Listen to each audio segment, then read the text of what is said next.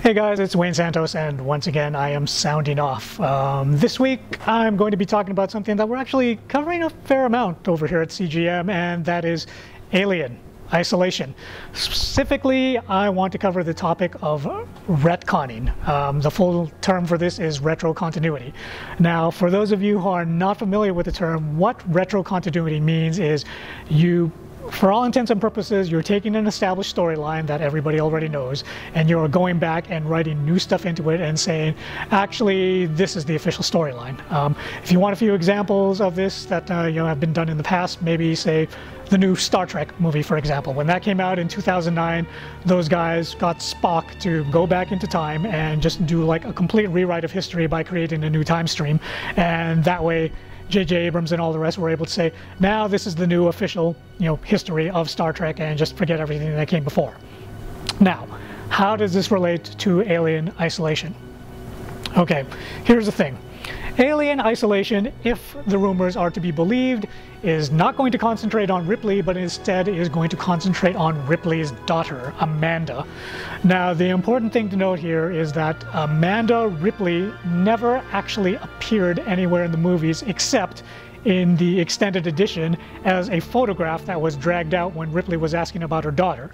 So the official story about Amanda Ripley up until this point is that she had died, presumably of old age, while Ellen Ripley was off in suspended animation in space, making her way back to Earth to eventually give us the Aliens movie by James Cameron that everybody loves. Now, with Alien Isolation, they are saying that Amanda Ripley somehow, despite the fact that she thought her mom was dead and lost in space, is going to get tied up in the Alien story somehow. Now, when I first heard about this, the first thing that jumped to mind was Jaws. It's like, do you guys remember how Jaws went? You start out with, the sheriff of the town, and he fights the shark, and that's fine. And then in Jaws 2, somehow the shark decides to go after the sheriff again. And then you get into Jaws 3, and now the shark is going after Brody's kids. And then you get into Jaws 4, and the shark is now going after Brody's wife. So somehow this one shark decided, I've got it in for this entire family, and I'm just going to keep attacking them again and again. This is pretty much the feeling that I'm getting off of Alien Isolation. It's like, why would you have what is supposed to be an amoral xenophobe that is just out to kill and survive, just single-handedly hounding the Ripley family because of something that Ellen Ripley did in the first Alien movie? It just doesn't add up. The thing that really, really bugs me about this is that this isn't even the first time that we've had this kind of retconning. We already had this in Aliens Colonial Marines when they brought back Hicks. Hicks, who was supposed to have died in Alien 3, suddenly appears in Aliens Colonial Marines, and when people ask him about, well, how are you supposed to be alive? Because according to our records, you were dead. He just brushes it off with, well, that's a long story, and doesn't get into it. So they just kind of retconned it and said, Hicks is alive, and you guys just have to deal with that, but we don't necessarily feel that we need to explain it. Although apparently they did in the DLC, which admittedly I never bothered to get around to playing because I was so disappointed with Colonial Marines.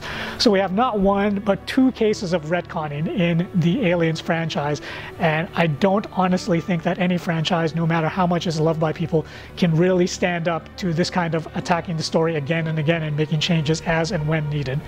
It's pissing me off, it's making me sad, and I really, really just wish that the guys at 20th Century Fox and Sega would just kind of look at that horse and see that it's dead and think to themselves, this 6-ton mallet with spikes that we've got here, maybe we don't have to pound it into that horse again and again. Maybe we can just leave it be, because it's like, show some respect for the dead.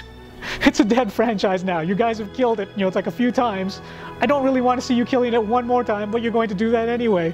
And I'm just like, I don't know what to think anymore. It's just, it's sad and it's upsetting because I love Aliens and you're killing it once again. And it's like, please don't do it again.